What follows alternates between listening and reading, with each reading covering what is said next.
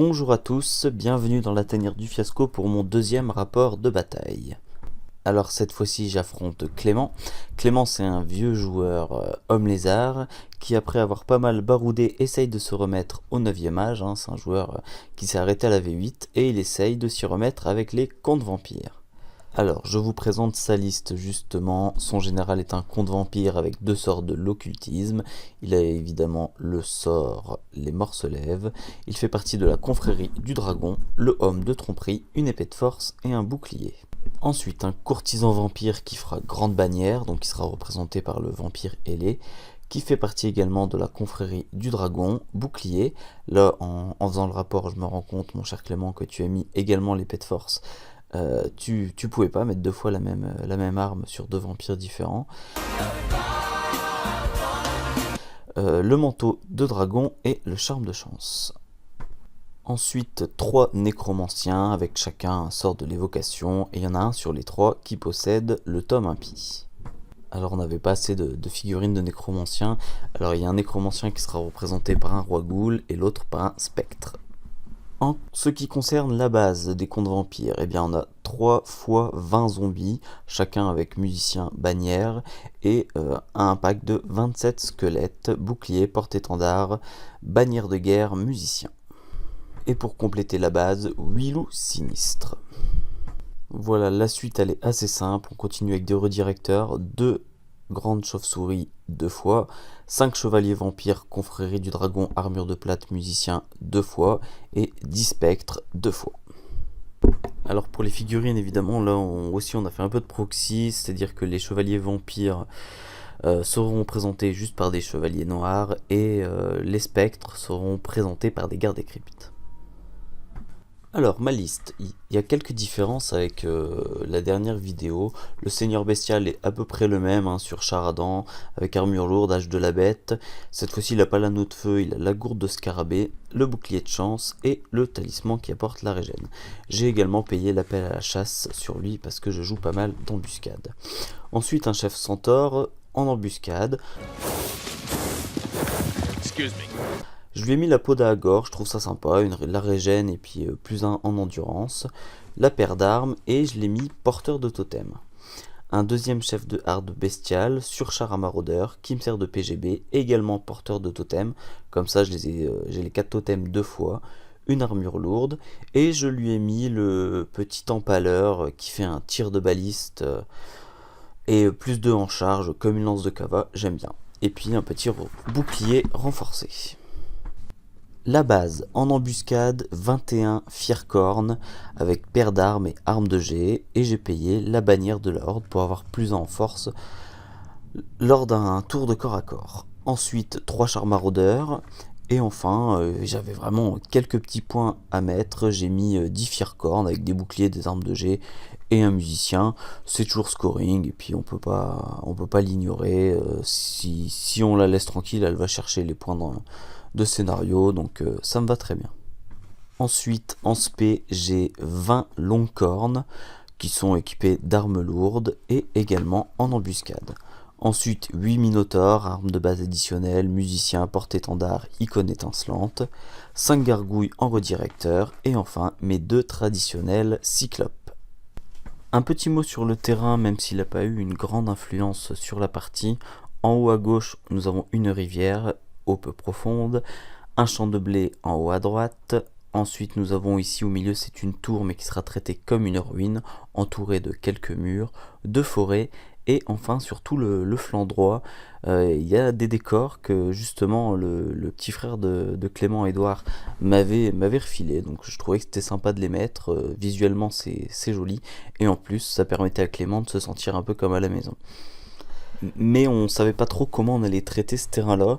Et ben le scénario nous a aidé parce que c'était percé. Alors percer pour des contes vampires c'est déjà pas évident. Alors en plus quand on a des unités comme moi qui arrivent en embuscade et qui sont scoring, ça allait être vraiment compliqué pour lui. Donc on a déterminé que toute cette partie-là était traitée comme un terrain infranchissable, ce qui faisait que je ne pouvais pas faire déjà rentrer mes embuscades par le flanc droit. Oh mon dieu! Un buisson au milieu de la route, je peux plus passer, je suis complètement bloqué! Bloqué! Alors, mon déploiement, tout à gauche, derrière la ruine, je mets les Fircornes. Je les mets là, comme ça, je peux m'en servir de redirecteur si jamais il essaie de me contourner. Et puis, si jamais il s'en occupe pas, et ben, tranquillement, par la gauche, j'avancerai pour aller chercher l'objectif.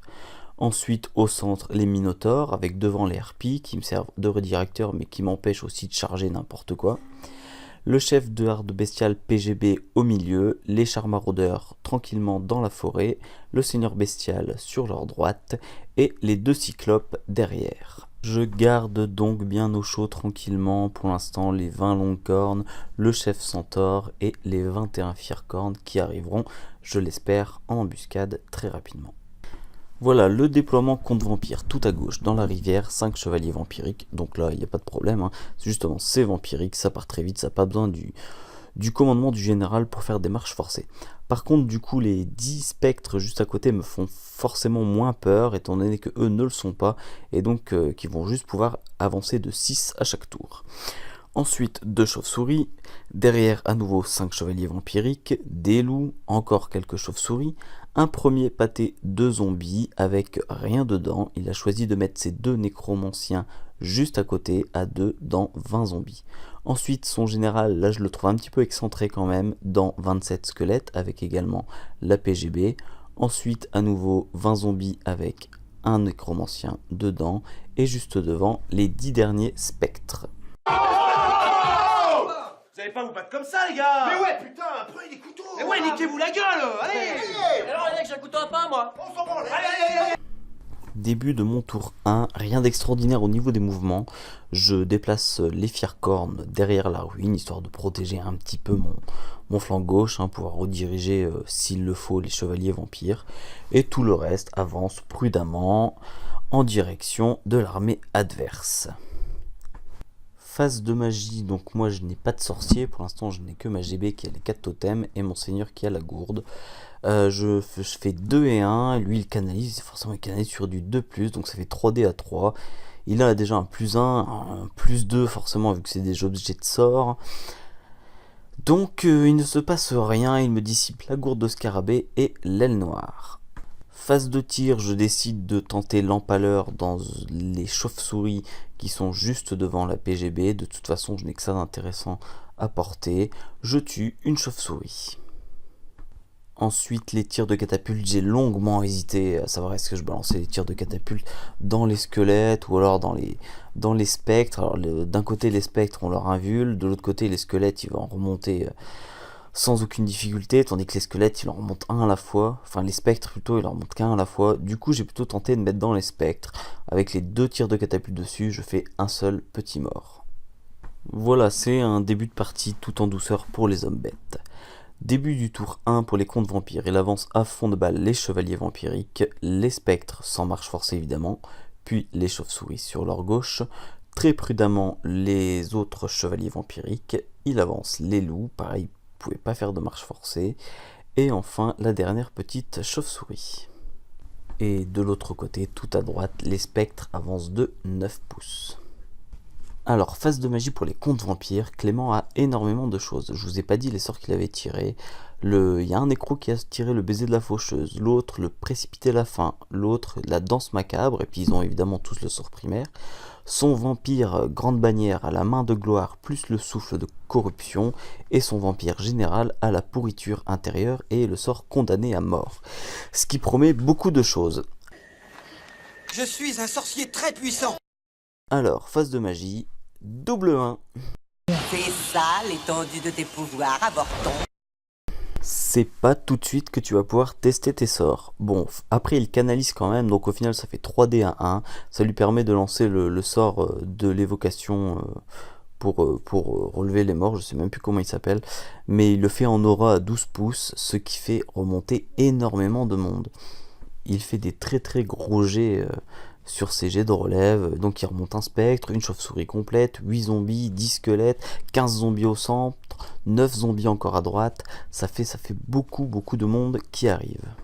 Du coup, c'est le moment de changer de stratégie, parce que essayer de grappiller comme ça des petits points de vie à droite à gauche avec mes tirs pour qu'ils les relèvent juste après, c'est un peu inutile. Alors, je décide d'aller mettre les harpies en redirecteur.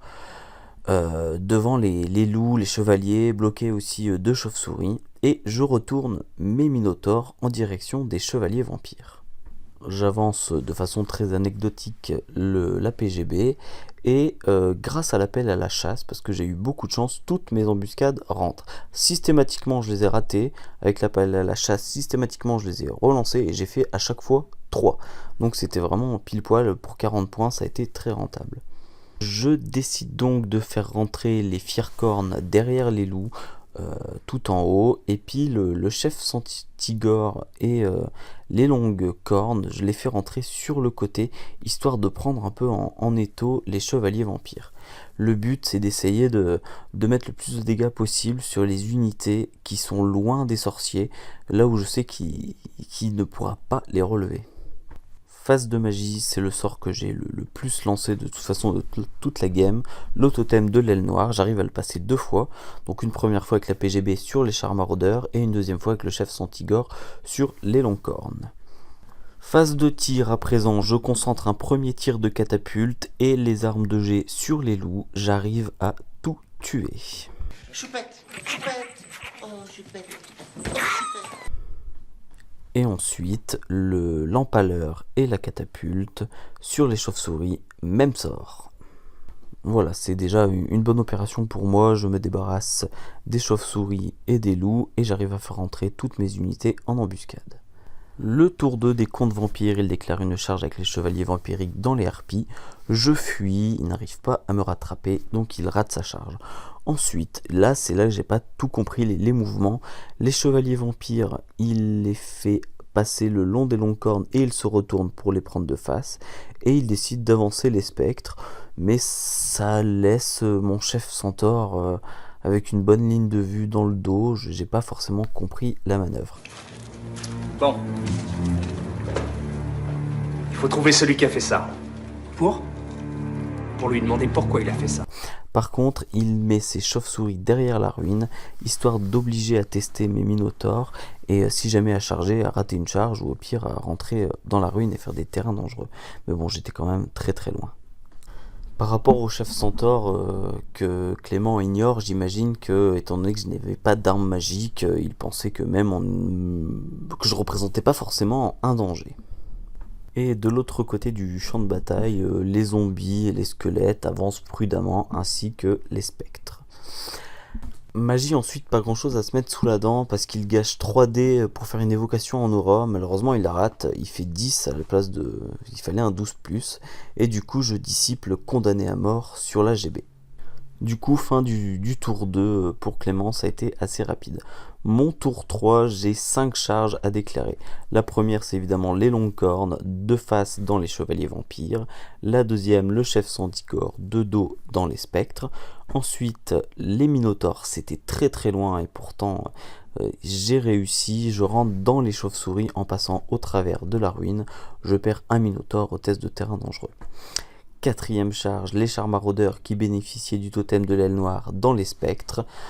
C'était pas l'idée de l'année parce que ils ont leur invul, je fais pas d'attaque magique, mais sur un malentendu avec les touches d'impact, je mets 3d6 touches d'impact de force 5, ça pouvait rentrer. Et enfin, dernière charge, les Fircornes qui étaient rentrés en embuscade, ils vont aller chercher les zombies là-haut. Tant que je suis là au contact avec les zombies, je prends quand même l'objectif et puis j'ai aucune menace, ça me va très bien. Le reste des mouvements, après avoir rallié les harpies, je les remets à nouveau face aux chevaliers vampires. Les Fircornes retournent de l'autre côté de la ruine, étant donné que maintenant les chevaliers vampires ne sont plus une menace. Et puis là, je pense avoir la game un petit peu en main, je recule prudemment le chef de harde bestial PGB et mon général. Phase de magie, Clément préfère me dissiper le distrayant sur les longues cornes, du coup ce qui me laisse la porte ouverte pour leur passer le perforant plus une attaque, ce qui fait 15 attaques de force 6 perfo dans les chevaliers vampires. Ça me paraît être une bonne idée. Enfin, phase de tir, pas grand chose, à part quand même un petit point de vie dans les chevaliers vampires au centre, grâce aux 2 tirs de catapulte. Corps à corps, c'est parti, il y a énormément de choses à dire. Je commence à droite avec les chars maraudeurs dans les spectres, je fais un mort à l'impact, puis un seul mort également au corps à corps.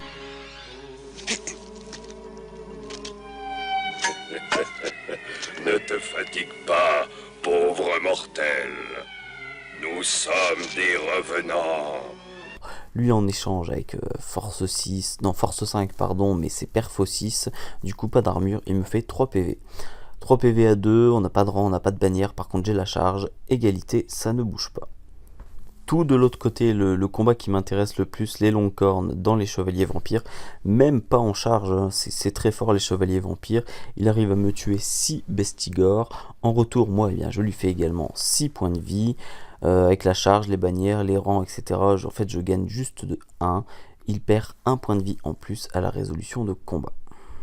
Ensuite, très logiquement, je décide de commencer par le combat des minotaures contre les chauves-souris, et de façon assez simple, je les explose et pars en irrésistible dans les spectres, dont le combat n'a pas été encore fait contre le chef Centigore, ce qui va me permettre de taper. Et là, évidemment, c'est un gros carnage, les minotaures dans les spectres, je les explose au premier tour. Alors oui, c'est pareil, hein, ils ont une invul 3+, je fais pas d'attaque magique, mais voici le jet des sauvegardes invue de Clément. C'est pas de chance, hein, mais bon, statistiquement, avec le nombre d'attaques que j'ai envoyées, c'est normal qu'il en reste beaucoup. Mais bon, à ce point-là, j'avoue que c'était un peu abusé. Ah, je regrette, hein, excusez-nous.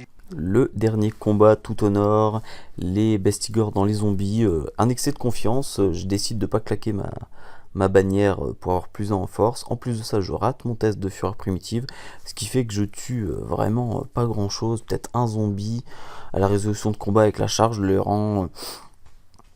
Bon, il en repère un ou deux, mais c'est vraiment pas grand chose. Voilà, très bonne affaire pour moi au tour 3, je suis assez satisfait. En ce qui concerne son tour, il déclare à nouveau une charge des chevaliers vampires dans les harpies. Cette fois-ci, bon, vu la distance qui nous sépare, je décide de tenir. Les squelettes qui étaient tranquillement dans le champ décident d'en sortir et les zombies les suivent derrière tranquillement. Phase de magie, il a 5 dés, j'en ai que 3. Il passe condamné à mort en irrésistible. Il me met 2 PV dans ma GB, il perd 4 squelettes à l'irré, j'ai même pas pris la peine de les enlever tellement c'est anecdotique. Ensuite il passe également le souffle de corruption sur sa GB, sauf qu'il n'a pas fait attention, il l'a passé en non boosté et il a pas eu la portée à la phase de tir pour me toucher. Phase de corps à corps du coup, on commence par les fiers-cornes en contact avec les zombies. Cette fois-ci, ils se sortent un petit peu les doigts du cul. 11 morts et du coup 11 morts en plus à la résolution de combat. Il reste 3 zombies en place. De l'autre côté, avec leurs 4 attaques et malgré leur CC5, les chevaliers vampires ne touchent même pas une seule fois un bestigore. Résultat, en échange, on ne se fait pas prier, les longs cornes terminent les chevaliers vampires et se retournent en direction du bord de table adverse. Alors au centre, un peu plus de réussite pour les contes vampires, enfin de la réussite à moitié étant donné que même si les chevaliers vampires terminent les gargouilles sans problème, en charge irrésistible, il arrive à nous sortir un magnifique triple 1, ce qui fait que les chevaliers vampires avancent de 2.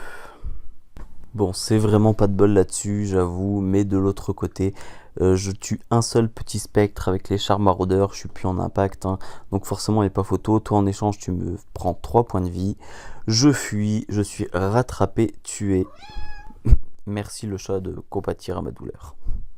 Voilà, début de mon tour 4, alors même si c'est pas trop mal parti, je sens quand même que mon chef d'horde bestial sur PGB est plutôt mal barré, donc je me dis je vais tenter une charge sur le côté des squelettes pour rentrer dans les zombies là où il y a les 2 nécros.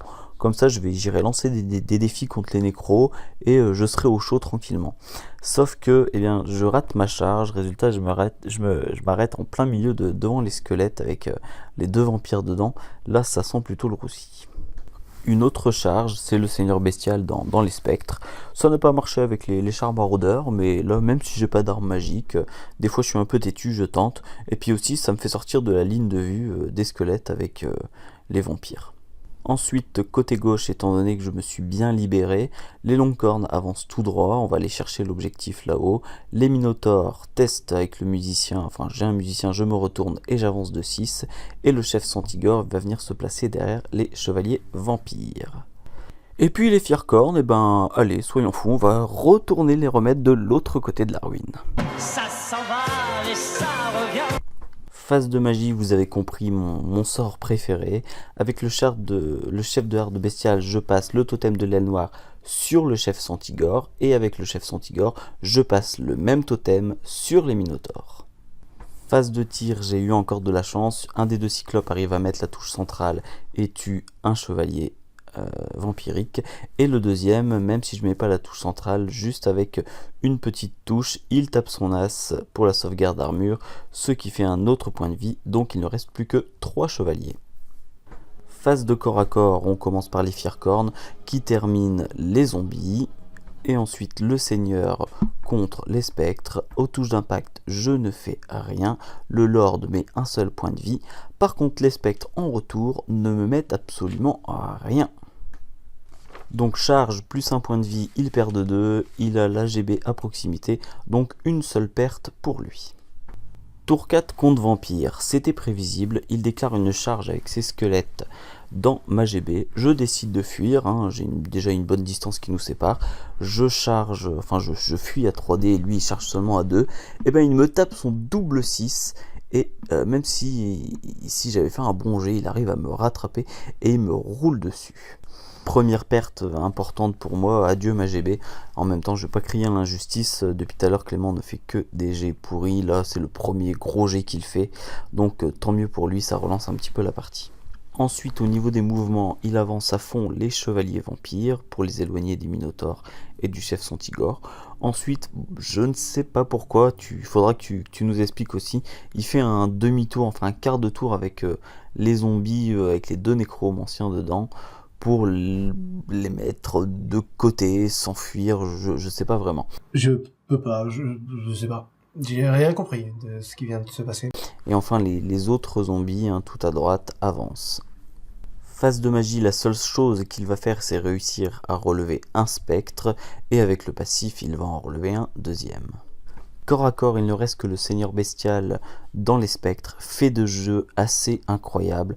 Le Vera sur 5 attaques en passe 4, les 4 blessent, Clément ne réussit aucune invul à 3+. La déchatte incroyable quand même. Le seigneur bestial lui fait un spectre de plus de mort, les survivants ne font rien du tout, résultat à la résolution de combat, au revoir les derniers spectres. Du coup, mon tour 5, c'est là qu'on va voir que le totem de l'aile noire était vraiment le sort qui m'a sauvé la game. C'est-à-dire que le chef centaure tente une charge dans le flanc des zombies.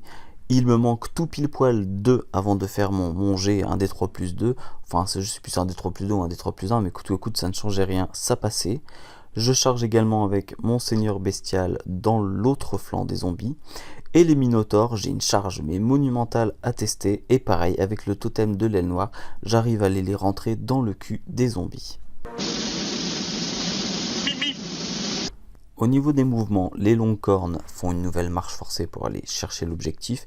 Et les Fircorn avancent à fond de balle, histoire de sortir de la ligne de vue pile poil des squelettes. Phase de magie, j'ai beaucoup de monde à tuer avec les Minotaures, du coup je passe le plus une attaque, c'est plus une attaque perfo, comme tout à l'heure sur les Longcorn, donc dans les Minotaures, histoire de meuler encore un peu plus les zombies.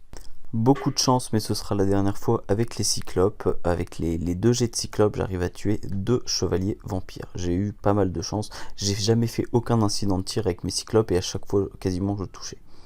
Les corps à corps, on va aller assez vite parce qu'il n'y a pas beaucoup de suspense. En plus, touche d'impact, je fais 6, qui fait 7. En touche, je passe 17 blessures, plus la charge, plus le flanc. Les zombies ne font absolument rien. Je gagne le combat avec le chef centaure et le seigneur bestial de 19. Donc ça pop à la résolution de combat. Les deux donc se retournent en direction du chevalier vampire. Les minots font 29 morts dans les zombies, qui eux ne font absolument rien en retour. À la résolution de combat, c'est même pas la peine de calculer. Et donc les minotaures font plus 7 en charge irrésistible tout droit et atterrissent juste sur le bord du champ de blé.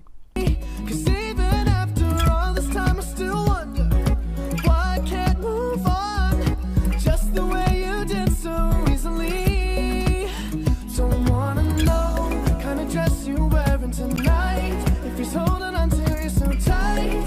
Bon là il y a plus grand chose à faire pour Clément, il tente quand même une charge du chevalier vampire en direction du cyclope, mais charge ratée, c'était beaucoup trop loin. Il retourne ensuite les squelettes en direction du chef centaure et du seigneur bestial, au cas où j'imagine je déciderai de charger le dernier chevalier vampire, je me prendrai une contre-charge.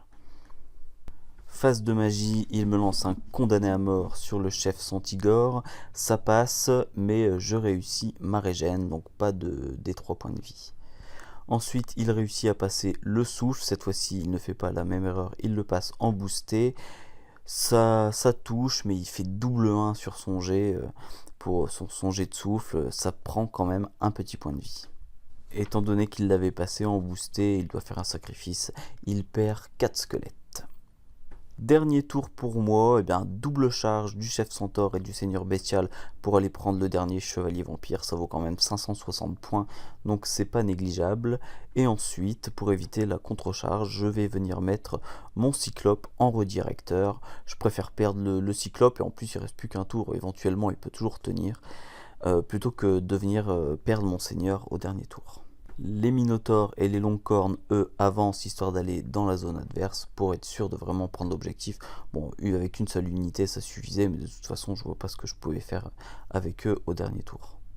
Phase de magie, j'arrive quand même à passer le distrayant sur le cyclope, au cas où.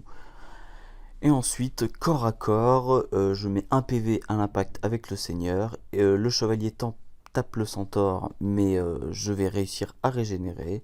Et le centaure donc termine le chevalier. Voilà, fin de la partie pour moi. Son dernier tour, comme c'était prévisible, il charge avec les squelettes et les 2 vampires dedans dans le cyclope.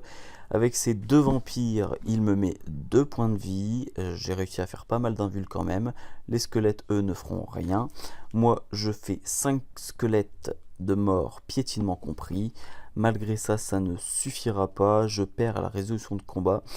Je fuis, il me rattrape et il me détruit. Fin de la partie. Et c'est fini.